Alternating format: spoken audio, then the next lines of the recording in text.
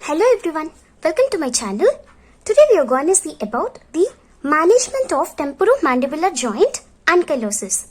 Alright, the management of temporomandibular joint ankylosis includes, that is, mainly we have to remove the ankylotic mass, right? That is, the removal of ankylotic mass. It is the removal of ankylotic mass. That is, we are creating a non-union, creating a non-union between the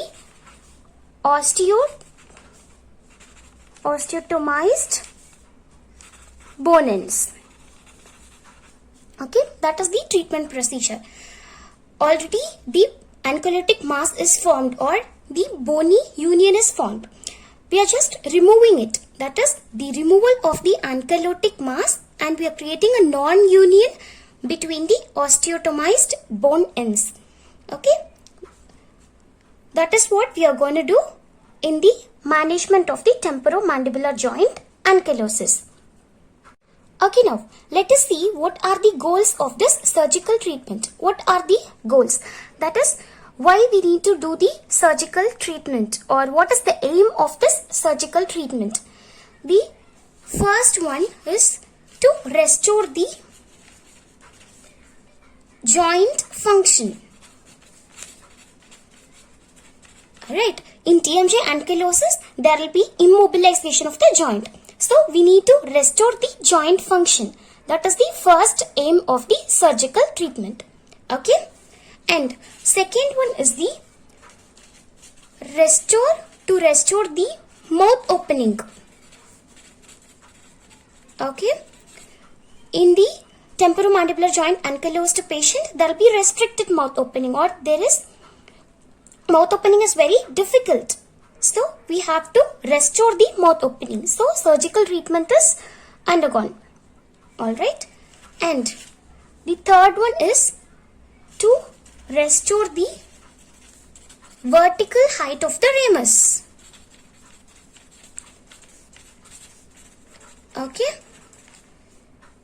To restore the vertical height of the ramus. And the fourth important goal is to correct the facial profile. Okay. To correct the facial profile. That we have already saw in TMJ ankylosed patient. There will be a convex profile, that is prognathic maxilla and retrognathic mandible, to correct the facial profile and make the patient look aesthetically. Alright, that is the important goal of the surgical treatment. And next is to prevent the recurrence. Okay, to prevent the recurrence of ankylosis. That is, sometimes there may be re-ankylosis, that is the recurrence of the ankylosis. So we need to prevent the recurrence of this ankylosis, and so we are doing the surgical treatment. Alright, these are the 5 important goals or aims or objectives of the surgical treatment. Okay, you can write it as goals or aims or the objectives of the surgical treatment. Alright. Now let's see what are the treatment options. Okay. There are 3 important treatment options. Okay, 3 important treatment that includes, first one is the condylectomy. Alright. First one is condylectomy. And second one is the gap arthroplasty. Okay, condylectomy, gap arthroplasty, and third one is the interpositional arthroplasty. Interpositional arthroplasty. Alright, these are the 3 important treatment options. This temporomandibular joint ankylosis management is very important question. They might ask separately the management in your exam. Okay. First, let us see what is condylectomy. Okay, condylectomy is nothing but, okay, it is the excision. Ectomy means it is the removal of something, right? So condylectomy is nothing but it is the excision of the condyle. Okay, excision of the condyle at the joint. That is the condylectomy. That is, we are removing the bony prominence. Okay. Okay, this is the condyle, right? We are just excising the condyle at the joint. That is, it may be of high condylectomy. Okay, high condylectomy, low condylectomy, and complete condylectomy. Okay, high condylectomy, low condylectomy, and complete condylectomy. High condylectomy is that we are removing the head of this condyle, that is the superior portion, this one.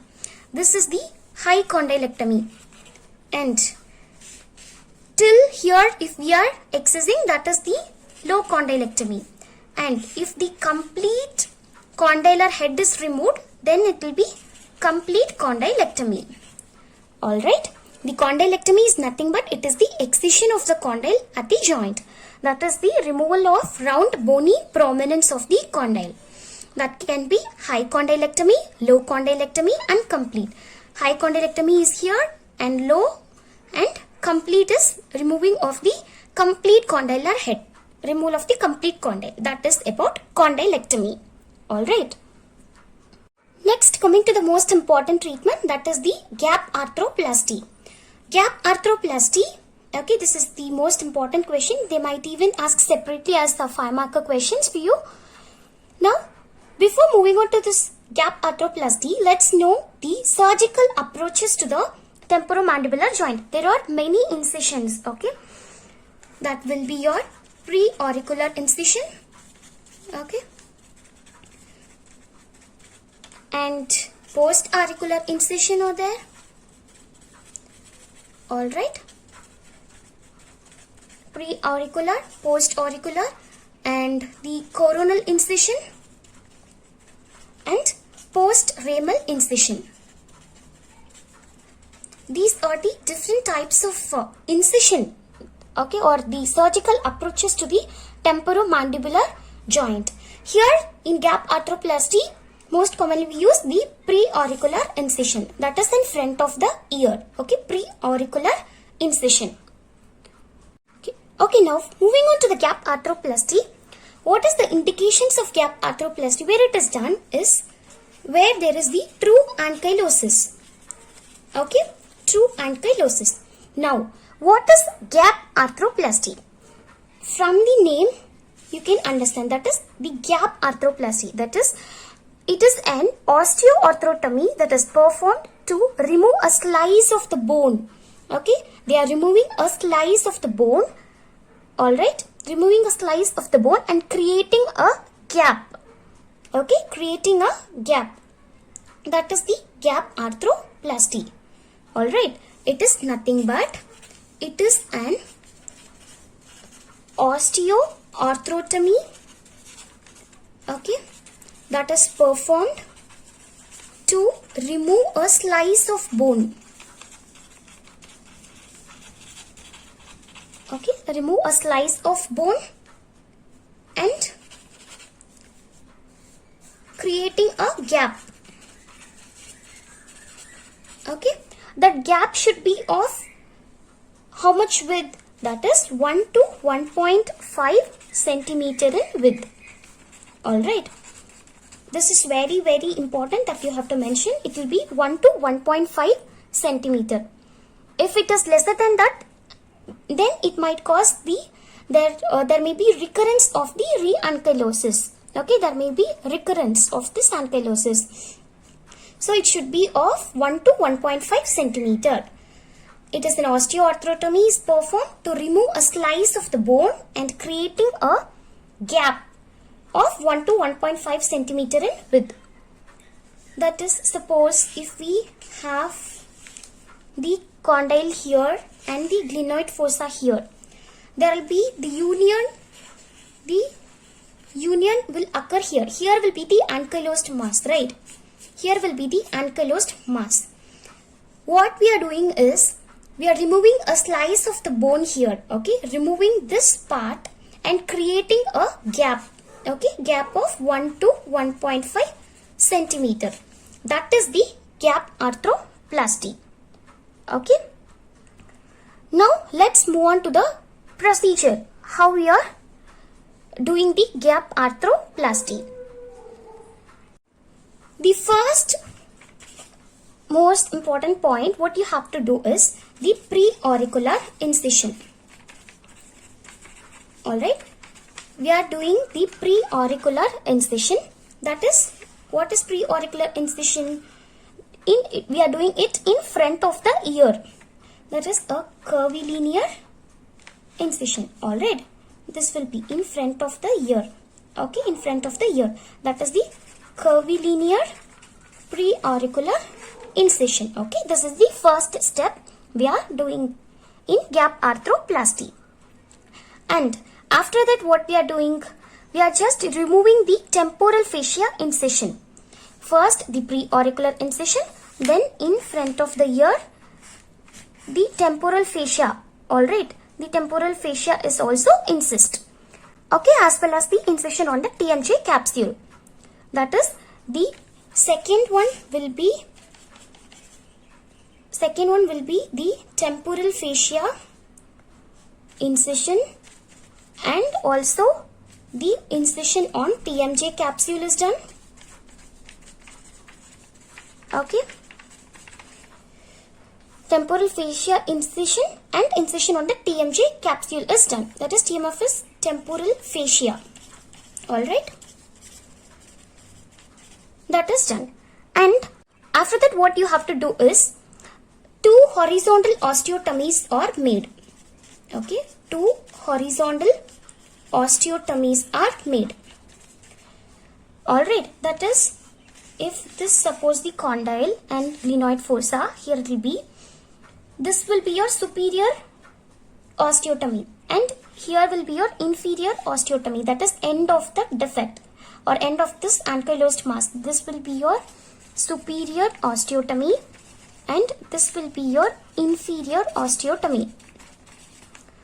What is osteotomy? It is the surgical cutting of the bone. Okay, it is the surgical cutting of bone. That is what we are making the 2 horizontal osteotomies here. Okay, and after that you have to remove, that is, this junk or this part. Okay, this ankylosed mass is just removed. Okay, the bone removal is done. That is, we have saw before, right? Removal of a slice of a bone. That is, this part is removed by making 2 horizontal osteotomies and a gap is created. Alright, after removing this part, okay, after removing this part, it will be like this. This part is removed and this gap is about 1 to 1.5 centimeter. In some books they have mentioned as 1.5 to 2 centimeter. You can remember it as 1 to 1.5 centimeter. Alright. Okay. After that, suturing is done. Okay. The last step is suturing. That is, you are making it.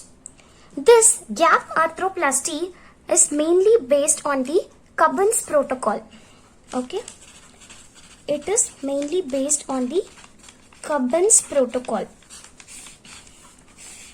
This is very important protocol that you have to mention in gap arthroplasty. Okay, whenever you write gap arthroplasty or whenever they ask about gap arthroplasty, you have to mention the Cubbins protocol. There are 7 important points of the protocol of Cubbins. Okay, let's discuss in detail about Cubbins protocol in the next video. So for now, you should understand the gap arthroplasty. Alright. It is an osteoarthrotomy is performed to remove a slice of the bone and creating a gap. It's nothing but, it's just simple. You just have to remember, we are removing the slice of the bone and we are creating a gap. That gap should be of 1 to 1.5 centimeter. And what we are doing, first we are doing the preauricular incision, that is in front of the ear, curvilinear incision. After that, we are removing the temporal fascia, and the incision is done on the temporal fascia, and then incision is done on the TMJ capsule. After that, we are making the two horizontal osteotomies, that is the superior and inferior osteotomy. We are just removing this part, that is removal of this bone, and creating a gap of 1 to 1.5 centimeter, and then we are just suturing it. Alright, and this follows the Cobben's protocol. This is about gap arthroplasty. Let's see the advantages and disadvantages of gap arthroplasty. What is the advantage? It is the simple technique, right? We are just removing the slice of the bone and we are just creating a gap. That is a simple technique. And the next one is the operating time is less. Alright, the operating time is very less. That is one main advantage of this.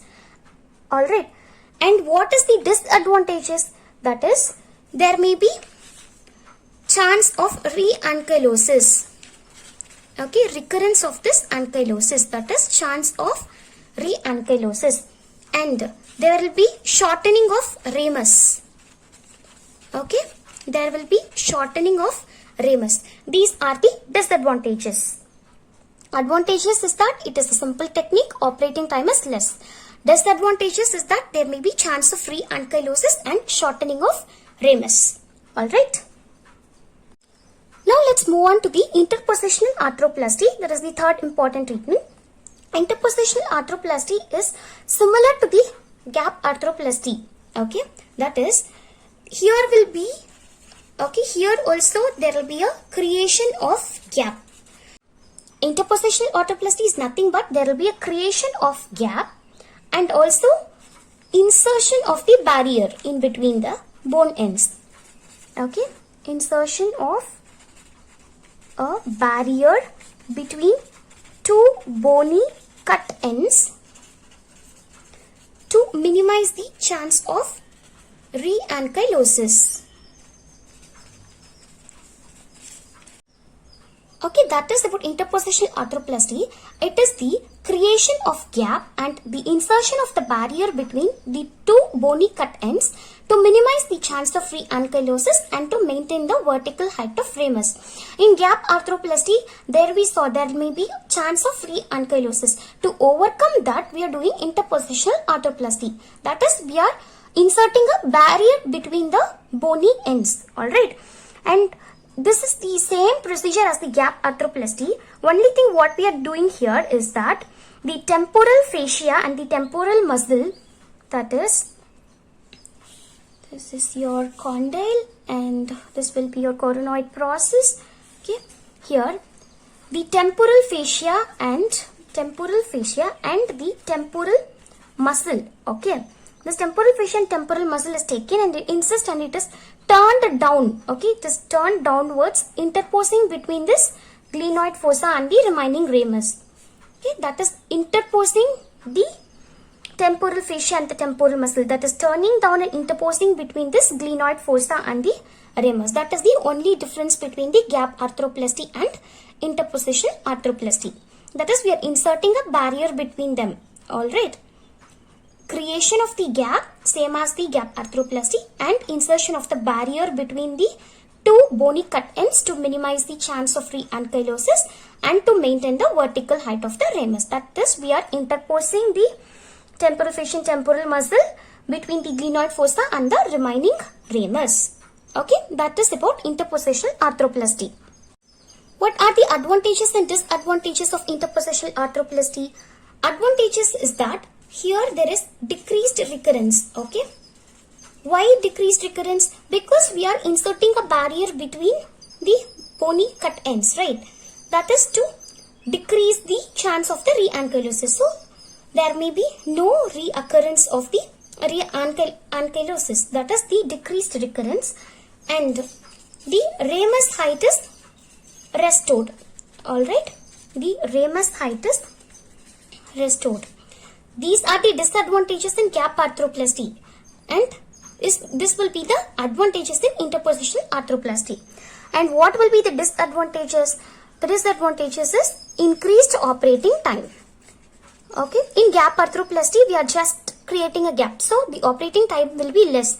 But in interposition arthroplasty, we are creating a gap, then we are inserting a barrier between them. So there may be increased operating time.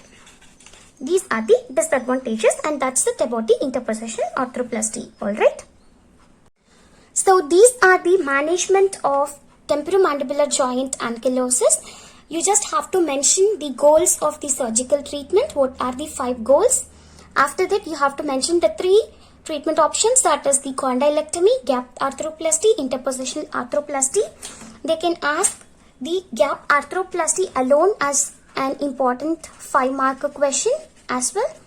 Okay, you should be clear with this gap arthroplasty, and these are the things you have to mention. And also you have to write the advantages and disadvantages of this gap arthroplasty, interposition arthroplasty. So that's it for today's video. If you like the video, hit the like button, share the video and subscribe the channel. If you have any queries, leave in the comment section below. Thank you for watching. Thank you.